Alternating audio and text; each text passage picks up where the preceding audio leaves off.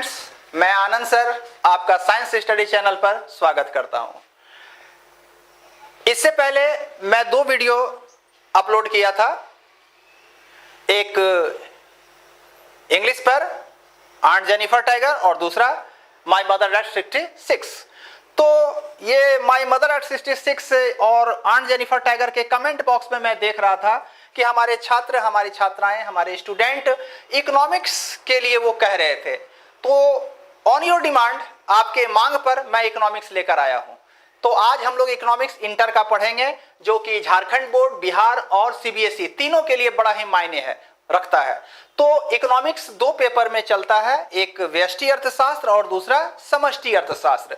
तो आज paper first है व्यष्टि अर्थशास्त्र का परिचय, पहला लेसन है, यानी वो बुक का जो नाम है किताब का वो है व्यष्टि अर्थशास्त्र, और पहले लेसन का क्या नाम है बताइए? व्यष्टि अर्थशास्त्र का परिचय। कुल मिलाजुलाकर इस पेपर में आप 6 लेसन पढ़ेंगे, ये पहला लेसन है। अगर आप इतने पॉइंट को डील कर लेंगे, समझ लेंगे, तो आपका ये चैप्टर क्या होगा? समाप्त हो जाएगा, फिर कोई परेशानी ही नहीं होगी। तो ये पॉइंट आपको डील कर रहा है केवल। तो चलिए स्टार्ट करते हैं। स्टार्ट करने से पहले मैं आपको एक बात बताना चाहूंगा। मैं इकोनॉमिक्स बातचीत के क्रम में पढ़ाता हूं। जैसे लगेगा आपको कि ये आदमी हमसे केवल बात कर रहा है, लेकिन मैं बात नहीं कर रहा हूं, मैं आपको बता रहा हूं। क्योंकि मैं जब आपसे क्वेश्चन करूंगा तो आप चक्कर में पड़ जाएंगे। तो आप कभी नहीं समझिएगा कि मैं बातचीत कर रहा हूं। मेरी पढ़ाई चालू है, मैं पढ़ाई ही कर रहा हूं, मैं आपको बतला ही रहा हूं, और बहुत ही सिंपल तरीके से ये इकोनॉमिक्स आपके दिमाग में डाल दूंगा। कौन कहता है इकोनॉमिक्स बहुत जटिल है? इकोनॉमिक्स जटिल नहीं है। इकोनॉमिक्स कोई विषय ही नहीं है भाई। विषय क्या रहेगा? इकोनॉमिक्स तो एक ज्ञान है, एक अनुभव है। तो स्टार्ट करें, स्टार्ट करते हैं। देखिए, अर्थशास्त्र, अर्थशास्त्र 2 शब्दों से मिलकर बना है, एक अर्थ और दूसरा शास्त्र। Economics is the combination of 2 words, earth and शास्त्र। अर्थ का अर्थ होता है मुद्रा, यानी कि पैसा, रुपया, मनी, मैटर, और शास्त्र का अर्थ क्या होता है? विषय। बताइए तो अर्थशास्त्र की परिभाषा क्या है? अर्थशास्त्र एक ऐसा विषय है जो कि मुद्रा का अध्ययन करता है, पहली परिभाषा। ठीक है? तो अर्थशास्त्र मुद्रा का अध्ययन करता है, यानी कि मुद्रा का इस्तेमाल कैसे किया जाए, कम से कम पैसे में अधिक से अधिक उत्पादन कैसे किया जाए, कम से कम लागत में अधिक से अधिक मुनाफा कैसे कमाया जाए, कम से कम पैसे लगाकर भरपेट कैसे खाया जाए, और कम से कम पूंजी लगाकर बहुत बड़ा आदमी कैसे बना जाए। ये कला हमें सिखलाता है कौन? अर्थशास्त्र। यानी कि मुद्रा से संबंधित तमाम सारी बातें जो कि आपके डे टू डे लाइफ से जुड़ी हुई हैं, वो सबके बारे में बताता है अर्थशास्त्र। तो इकोनॉमिक्स मुद्रा का विषय है, मुद्रा का अध्ययन करता है। अब मैं आपको यह बताना चाहूंगा कि क्या इकोनॉमिक्स पढ़ना आवश्यक है क्या? बहुत सारे लोग जो कि अनपढ़ हैं, घर की बहुत सारी महिलाएं हैं गृहिणी जो बहुत ज्यादा पढ़ी लिखी नहीं है, उनके घर ज्यादा इनकम नहीं आता है, लेकिन वो उस कम इनकम में भी बहुत कुछ बचा लेती हैं और घर भी अच्छा से चला लेती हैं। उन्होंने इकोनॉमिक्स तो नहीं पढ़ा। बहुत सारे ऐसे भी लोग हैं जिनके पास अनाप शनाप पैसा आता है, लेकिन पैसा टिकता नहीं है और कंगाल रहते हैं, जबकि उन्होंने इकोनॉमिक्स भी पढ़ा था। तो इकोनॉमिक्स कोई विषय नहीं है, ये एक ज्ञान है, ये एक अनुभव है जो कि आपको बतलाता है। आपके डे टू डे लाइफ में आप इसे सीखते हैं कि what is economics and how to use your money. आप अपने धन का कैसे इस्तेमाल करेंगे इन बेटर वे, इन अच्छे तरीके से। एक बात बताइए, घनश्याम दास बिड़ला नाम सुने? क्लास 4 ही पास था और आदित्य बिड़ला इंडस्ट्रीज को उसने खड़ा कर दिया। इतना बड़ा इंपायर आदित्य बिड़ला, क्लास 4 पढ़ा हुआ आदमी, कभी इकोनॉमिक्स नहीं पढ़ा था। धीरू भाई अंबानी, रिलायंस इंडस्ट्रीज को बैठाने वाला, रिलायंस इंडस्ट्रीज को खड़ा करने वाला, पिलर देने वाला धीरू भाई अंबानी क्लास 8, 9 ही पढ़ा हुआ था। उसने तो इकोनॉमिक्स कभी नहीं पढ़ा। तो फिर यहां से एक बात सिद्ध होता है कि इकोनॉमिक्स यानी अर्थशास्त्र को जानने के लिए किसी किताब की आवश्यकता नहीं होती है। अर्थशास्त्र को जानने के लिए आपका अनुभव ही काफी है, आपका experience. Your experience is your best teacher. तो चलिए शुरू करते हैं। लेकिन यहां पर एक बात यह भी आता है कि जिनको कुछ लोगों में यह कला जन्मजात होती है, इननेट, बाय बर्थ उन्हें मिला होता है। वो बचपन से ही वो धन का इस्तेमाल के बारे में अच्छी तरह से समझते हैं। जैसे कि आप समझिए, कुछ लोग जन्म से ही अच्छा गाना गाते हैं, उनकी आवाज बहुत अच्छी होती है, थोड़ा सा सिखा दीजिए तो बहुत अच्छा गीतकार बनते हैं, संगीतकार बनते हैं, गायक बनते हैं।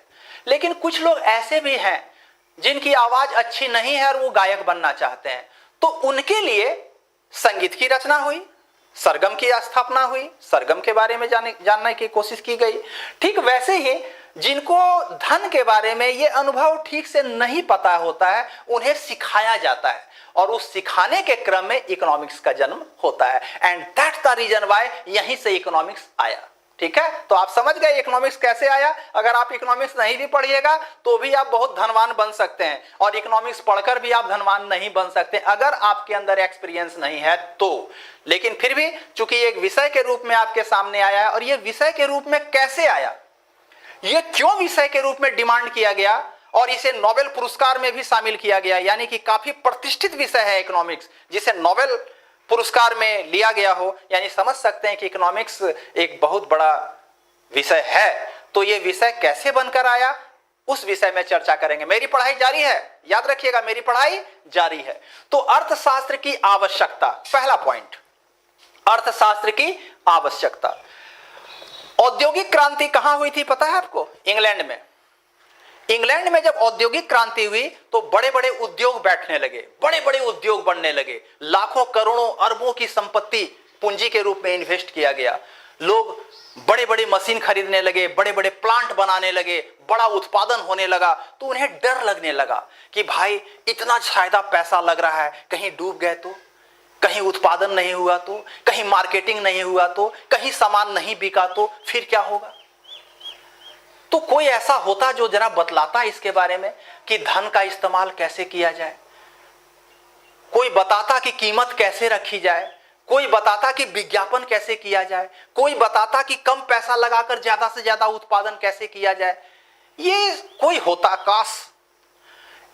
यहीं से इकोनॉमिक्स का जन्म हुआ, और इकोनॉमिक्स को जन्म देने वाला पहला व्यक्ति था, उसका नाम था एडम स्मिथ। क्या नाम था? Adam Smith. Adam Smith. ये कहां का रहने वाला था जानते हैं? स्कॉटलैंड। कहां का? स्कॉटलैंड। स्कॉटलैंड। इसकी किताब 1776 ईस्वी में प्रकाशित हुई थी। कब हुई थी? 1776 ईस्वी में। इसके किताब का नाम क्या था जानते हैं? धन का विज्ञान। धन का विज्ञान। इसको इंग्लिश में हम लोग बोलते हैं वेल्थ ऑफ नेशन। यहां से कुछ क्वेश्चन आया आपके सामने जो कि ऑब्जेक्टिव के रूप में आपसे पूछा जाएगा। देखिएगा, मैं बातचीत नहीं कर रहा हूं, मेरे पढ़ाई का यही अंदाज है और मेरे इकोनॉमिक्स से पॉपुलैरिटी का भी यही वजह है। सिंपलिसिटी, सिंपल पढ़ाइए, बिल्कुल आपके दिमाग में जाएगा। चलिए क्वेश्चन, अर्थशास्त्र का जन्मदाता कौन था? Adam Smith. अर्थशास्त्र का जन्मदाता एडम स्मिथ कहां का रहने वाला था? स्कॉटलैंड। अर्थशास्त्र का जन्मदाता एडम स्मिथ, उसकी पहली पुस्तक का नाम क्या था? धन का विज्ञान। इंग्लिश में बताइए क्या नाम था? Wealth of nation. Adam Smith की पुस्तक कब प्रकाशित हुई थी? एडम स्मिथ की पुस्तक कब प्रकाशित हुई थी? 1776। 4 क्वेश्चन हो गया आपका। ठीक है, देखे ऐसे ही इकोनॉमिक्स होता है। इकोनॉमिक्स मैं यूं ही समाप्त कर दूंगा, केवल ध्यान से आप सुनिए। तो जब एडम स्मिथ की किताब धन का विज्ञान, वेल्थ ऑफ नेशन मार्केट में आया, ये हॉट केक की तरह बिका। बड़े बड़े इंडस्ट्रियलिस्ट जो उद्योगपति थे इस किताब को झपट कर खरीद लिए और पढ़ने लगे कि कैसे धन का इस्तेमाल किया जाए। और जानते हैं इस किताब में खासियत थी कि ये केवल ये बताया कि कैसे धन कमाया जाए, how to earn money more and more and more. धन कैसे कमाया जाए, जहां से सको वहां से धन कमाओ। और वो इंसानियत भूल गया, मानवता भूल गया। लोग जल्लाद बन गए केवल वो पैसा देखते थे कि कहां से पैसा आएगा, कैसे धनवान बने। बहुत बदनाम हो गया अर्थशास्त्र। एडम स्मिथ काफी आलोचना का शिकार भी बेचारा को होना पड़ा, एडम स्मिथ को। लेकिन कुछ लोग ऐसे थे जो कि एडम स्मिथ की किताब को पढ़े, और वैसे लोगों में एक का नाम था मार्शल। क्या नाम था? मार्शल। मार्शल ने जब एडम स्मिथ की किताबों को पढ़ा तो वो कहा कि यह किताब तो बहुत अच्छी है, वाह, बड़ा ही रोचक किताब है और बड़ा ही विज्ञान की बात है इसमें, लेकिन इसमें थोड़ा सा अगर चेंज कर दिया जाए, हल्का फुल्का, ज्यादा नहीं, थोड़ा सा विषय बदल दिया जाए तो यह धन का विज्ञान नहीं बल्कि यह क्या कहलाएगा? मानव कल्याण का विज्ञान, मानव कल्याण का विज्ञान। तो बताइए, मेरा नेक्स्ट क्वेश्चन, मार्शल, ऐसा कौन अर्थशास्त्री था जिसने कहा कि अर्थशास्त्र मानव कल्याण का विज्ञान है? मार्शल। ठीक है, तब तक एक व्यक्ति और आए जिनका नाम था रॉबिन्स। क्या नाम था बताइए? रॉबिन्स। रॉबिन्स। इसने अर्थशास्त्र को कहा चयन का विज्ञान। चयन का विज्ञान। क्या बताया बताइए? चयन का विज्ञान। लोगों ने कहा भाई चयन का विज्ञान कैसे, जरा बताओ भाई, अर्थशास्त्र चयन का विज्ञान है कैसे? तो रॉबिन्स ने कहा कि देखिए, हमारी आवश्यकताएं अनंत है कि नहीं है? लॉकडाउन में तो पता चल ही रहा होगा। हमारी आवश्यकताएं अनंत हैं और उन आवश्यकताओं को पूरा करने के लिए हमारे पास साधन क्या है? बहुत सीमित है, कम साधन है। साधन मीन्स बताइए, साधन मीन्स रुपया, यानी ऐसा कोई भी वस्तु जिससे रुपया आ जाए, दैट इज कॉल्ड साधन। आपका घर भी साधन है, किराया पर लगा दीजिए। आपका खेत भी तो साधन है, फसल लगाकर उपजाइए, बेचिए, धन आएगा। आपके घर में रखा ट्रैक्टर, जीप, वो भी साधन है, क्योंकि उससे पैसा आ सकता है। तो वैसा कोई भी चीज, वैसी कोई भी वस्तुएं जिससे धन आ जाए, वो सभी वस्तुएं क्या कहलाएंगे? साधन। ठीक है, तो हमारे पास साधन, रिसोर्सेस क्या है? कम है। ठीक है, और हमारी आवश्यकताएं क्या है? अनंत है। तो सीमित साधनों से सभी आवश्यकताओं को पूरा नहीं किया जा सकता है। तो सीमित साधनों से तमाम आवश्यकताओं को कैसे पूरा करें, कहां से पूरा करें? यहां पर तो हमें यहां पर आवश्यकताओं का चयन करना पड़ता है। आप सोचिए, कभी आप बाजार जाइए, समझिएगा चयन का विज्ञान क्यों है। आपको कभी बाजार जाना पड़े, आपके पास पैसा सीमित है, आप एक जींस का पैंट लेना चाहते हैं। जब दुकान पर पहुंचे आप, तो आपने देखा वहां बहुत सारी जींस की पैंटें हैं और सब एक पर एक है। आपका मन लग रहा है, आपको ऐसा लग रहा है कि काश ज्यादा पैसा होता तो सभी पैंट ले लेता, लेकिन आप ले नहीं सकते। तो वैसे हालात में आप क्या करेंगे? आपको उन्हीं जींस के पैंट में किन्हीं एक पैंट को चुनना होगा। दैट मीन्स चयन। तो कौन सा चुनेंगे, कौन सा पैंट चुनेंगे? क्योंकि यहां सब एक पर एक है, तो वहां पर आपको चयन करना पड़ता है। और यही कारण है कि अर्थशास्त्र हमें चयन करना सिखलाता है, क्योंकि आवश्यकताएं तो बहुत अधिक हैं। अब सभी आवश्यकताओं को तो आप पूरा कर नहीं पाइएगा, तो आवश्यकताओं में से जो प्रबल आवश्यकता है उसे आप पहले चुनेंगे। दैट्स मीन्स कि चयन करना सिखलाता है economics, and that's the reason why Robbins told. Robbins ने क्या कहा? अर्थशास्त्र चयन का विज्ञान है। तो आप समझ पाए? तो यहां पर एक क्वेश्चन आएगा, किसने कहा था कि अर्थशास्त्र चयन का विज्ञान है? तो आप क्या कहेंगे? रॉबिन्स। ओके,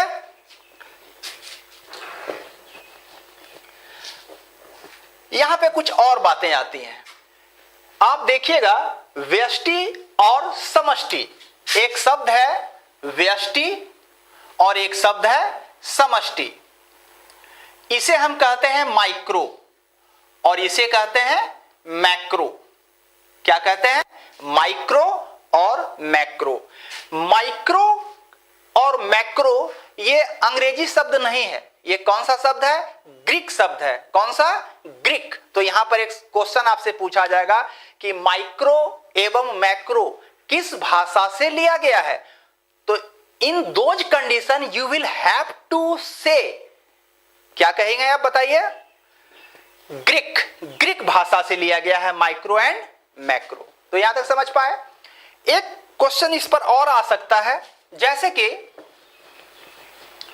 मार्शल ने एक किताब लिखा था, उस किताब का नाम था प्रिंसिपल ऑफ इकोनॉमिक्स। क्या नाम था? प्रिंसिपल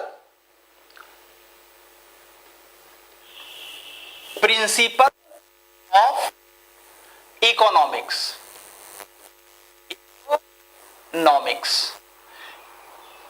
तो प्रिंसिपल ऑफ इकोनॉमिक्स नामक पुस्तक किसने लिखा था? प्रिंसिपल ऑफ इकोनॉमिक्स नामक पुस्तक किसने लिखा था? तो इस पर आप क्या जवाब दीजिएगा? मार्शल। क्या बोलिएगा? मार्शल। ठीक है, तो प्रिंसिपल ऑफ इकोनॉमिक्स नामक पुस्तक किसने लिखा? मार्शल। यहां तक आ गया। यहां पर एक क्वेश्चन और आएगा कि माइक्रो और मैक्रो ये शब्द सबसे पहले किस अर्थशास्त्री ने लिया था, यानी कि किस अर्थशास्त्री ने माइक्रो और मैक्रो शब्द का इस्तेमाल किया था। तो वैसे कंडीशन में आप एक लिख लीजिए, उस व्यक्ति का नाम था ब्रांडवले। क्या नाम था? ब्रांडवले। क्या कहेंगे? ब्रांडवले। तो यहां तक आप समझ पाए। अब बात उठता है कि ये व्यष्टि अर्थशास्त्र और समष्टि अर्थशास्त्र क्या है। तो जैसा कि आपको पता होगा कि जैसे जैसे इकोनॉमिक्स बढ़ता चला गया तो उसमें बहुत सारे विषय भी आ गए, बहुत सारे सब्जेक्ट मैटर आ गए, बहुत सारी समस्याएं आ गई। तो उसके समाधान में इकोनॉमिक्स बहुत मोटी हो गई, काफी मोटी। तो अध्ययन के दृष्टिकोण से उसे दो भागों में बांटा गया। एक भाग का नाम रखाया व्यष्टि अर्थशास्त्र और दूसरे भाग का नाम रखाया समष्टि अर्थशास्त्र। तो व्यष्टि शब्द माइक्रो से लिया गया है और माइक्रो और समष्टि शब्द मैक्रो से लिया गया है। यहां पर आप कहेंगे कि आखिर वो कौन सा आधार था जिस आधार पर माइक्रो और मैक्रो में इकोनॉमिक्स बट गया। जैसे कि आप केमिस्ट्री पढ़ते हैं तो केमिस्ट्री में जानते हैं एक हिस्सा कार्बन से है, एक हिस्सा बिना कार्बन से है, अकार्बनिक। तो वैसे ही कुछ तो आधार होगा, कुछ तो बेस होगा, जिस बेस के आधार पर इकोनॉमिक्स को दो भागों में बांटा गया, माइक्रो इकोनॉमिक्स, मैक्रो इकोनॉमिक्स, व्यष्टि अर्थशास्त्र और समष्टि अर्थशास्त्र। तो यहां पर आप जानिए, इसके बाद में ही इसका आंसर छिपा हुआ है। माइक्रो, व्यष्टि शब्द माइक्रो से लिया गया है। माइक्रो का अर्थ होता है सूक्ष्म, न्यूक्लियर, बहुत छोटा, अल्प, इकाई, एक। और समष्टि शब्द लिया गया है मैक्रो से। इसका अर्थ होता है विशाल, बृहद, बहुत बड़ा, व्यापक, लार्ज। समझ रहे हैं? तो एक है छोटा और एक है बड़ा। माइक्रो मीन्स छोटा, मैक्रो मीन्स बड़ा। ठीक है, यह भी पूछा जा सकता है।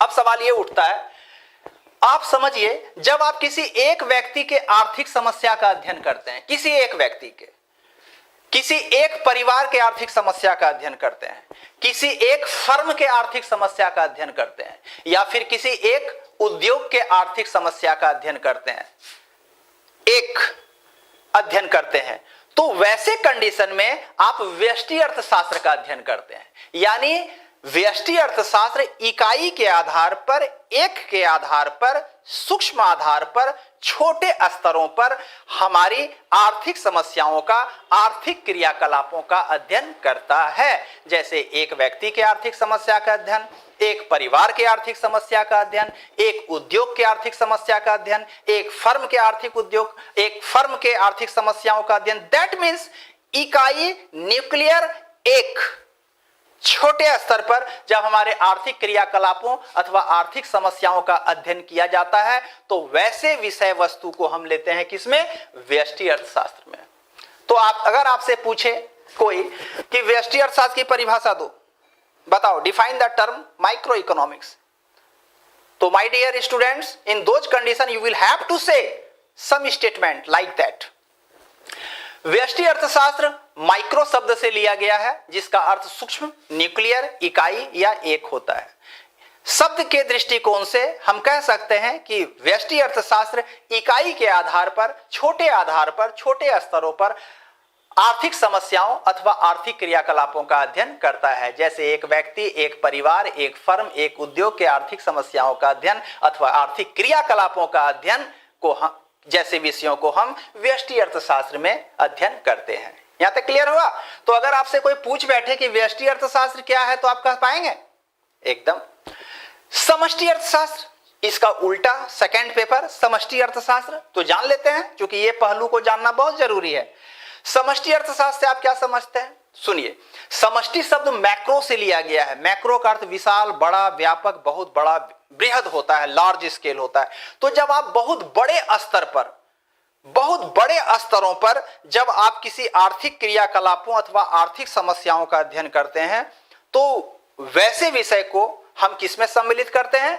समष्टि अर्थशास्त्र में। जैसे कुल मांग, टोटल डिमांड, कुल सप्लाई, टोटल सप्लाई, मुद्रा और बैंकिंग, पूरे वर्ल्ड का मुद्रा और पूरे वर्ल्ड का बैंक, मुद्रा और बैंकिंग, अंतरराष्ट्रीय व्यापार, भुगतान संतुलन, बेरोजगारी, राष्ट्रीय आय, इन तमाम मुद्दों वाले विषय जो बड़े लार्ज स्केल पर होते हैं, इसका अध्ययन किसमें किया जाता है? समष्टि अर्थशास्त्र। एक छोटा सा उदाहरण दें, सुनिए।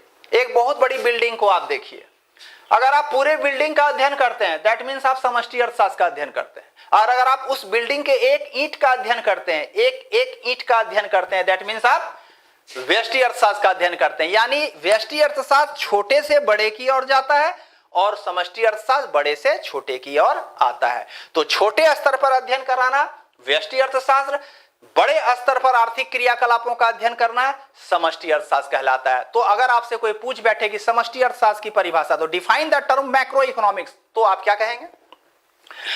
आप कहेंगे समष्टि अर्थशास्त्र मैक्रो शब्द से लिया गया है। ये ग्रीक शब्द है जिसका अर्थ बहुत बड़ा, विशाल, व्यापक होता है। और जब व्यापक स्तर पर, संपूर्ण स्तर पर पूरी अर्थव्यवस्था के आर्थिक क्रियाकलापों का जब अध्ययन किया जाता है तो वैसे विषयों को हम समष्टि अर्थशास्त्र में लेते हैं। जैसे कि कुल मांग, कुल पूर्ति, राष्ट्रीय आय, मुद्रा और बैंकिंग, अंतरराष्ट्रीय व्यापार इत्यादि इत्यादि। That's it. तो अगर आपको व्यष्टि अर्थशास्त्र बोले, समष्टि अर्थशास्त्र बोले, तो आप इसका जवाब धड़ल्ले के साथ बोलिएगा, रटिएगा नहीं, समझिएगा, समझिएगा। कंसेप्ट इज योर पावर, रट्टा मार नहीं बनिए।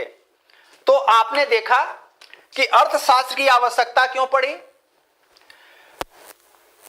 परिभाषा कहे सर, परिभाषा, अरे भाई क्या परिभाषा देंगे? अर्थशास्त्र, अर्थशास्त्र नाम से ही स्पष्ट है, मुद्रा का अध्ययन। जैसा कि इसके जनक एडम स्मिथ ने भी कहा था कि अर्थशास्त्र धन का विज्ञान है।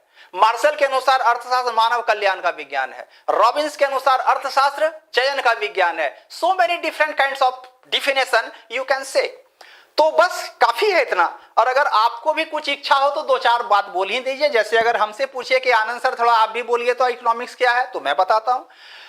अर्थशास्त्र एक ऐसा मानवीय, सामाजिक अथवा विज्ञान है, या ऐसे कहिए अर्थशास्त्र एक ऐसा मानवीय विज्ञान है जो सीमित साधनों से अधिक आवश्यकता को कैसे पूरा किया जाए यह सिखलाता है। यह मानव कल्याण का विज्ञान कहलाता है। That's it.